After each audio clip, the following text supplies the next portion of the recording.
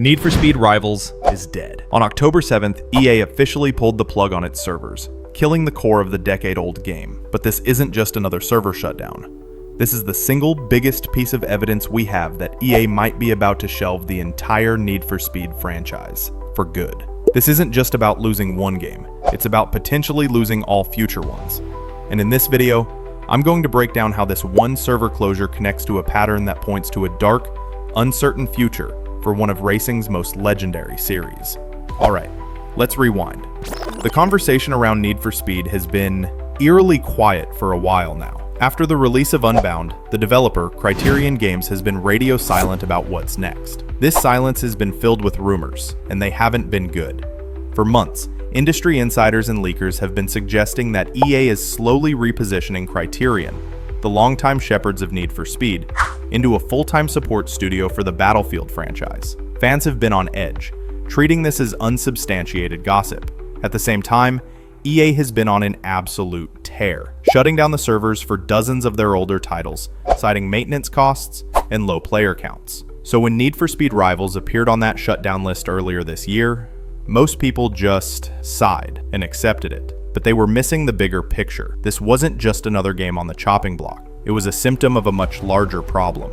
First, as of October 7th, 2025, the online multiplayer servers for 2013's Need for Speed Rivals are permanently offline. This means the groundbreaking all-drive system, which seamlessly blended single-player and multiplayer, is gone. You can still play the single-player campaign against AI, but the dynamic, unpredictable online world that made the game special is a thing of the past. For a game whose entire identity was built on the tension between real human cops and racers, this effectively kills the core experience.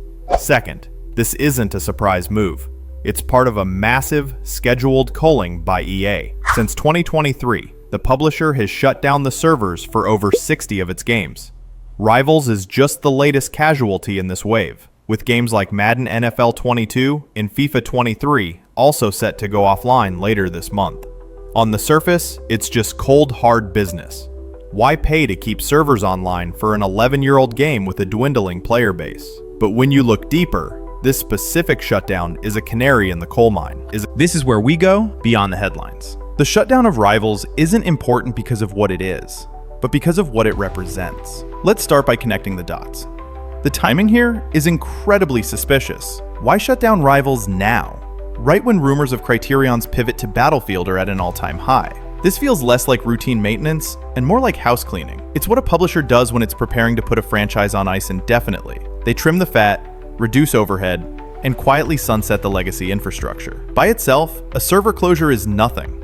But when you combine it with the complete lack of news on a future title and the persistent, credible leaks about the developer being reassigned, the conclusion becomes obvious. The pattern becomes clear. This action validates the rumors. It tells us that EA's focus, and therefore Criterion's focus, is no longer on their flagship racing IP. Now, let's talk player impact. For the dedicated fans still playing Rivals, their game is fundamentally broken. The magic is gone, but the wider impact is on trust. Every time EA does this, they remind players that we don't own our games. We merely license them.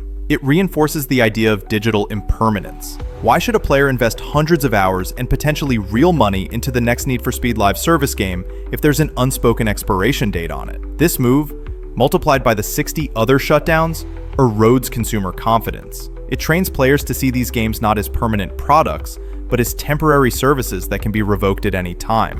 Finally, the future implications. This is the critical part. There are two likely paths forward for Need for Speed, and neither one is great.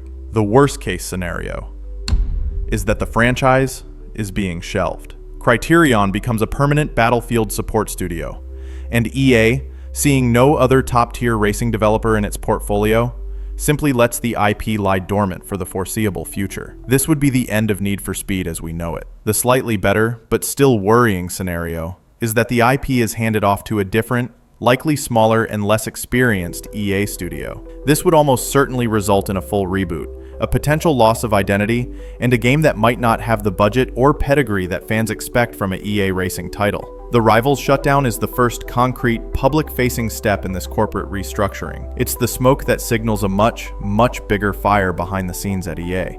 So, This is more than just one game going offline. It's a signal flare for the entire franchise. It forces us to ask a serious question about the future. Now that we see EA tidying up the legacy of Need for Speed, while its main developer is being pulled in another direction, do you believe this is the definitive end for new Need for Speed games? Or is this just a temporary pit stop before another studio reboots the series with a completely new identity? Let me know your theory in the comments below. If you appreciate this kind of deep dive analysis that goes beyond the headlines, subscribe for more.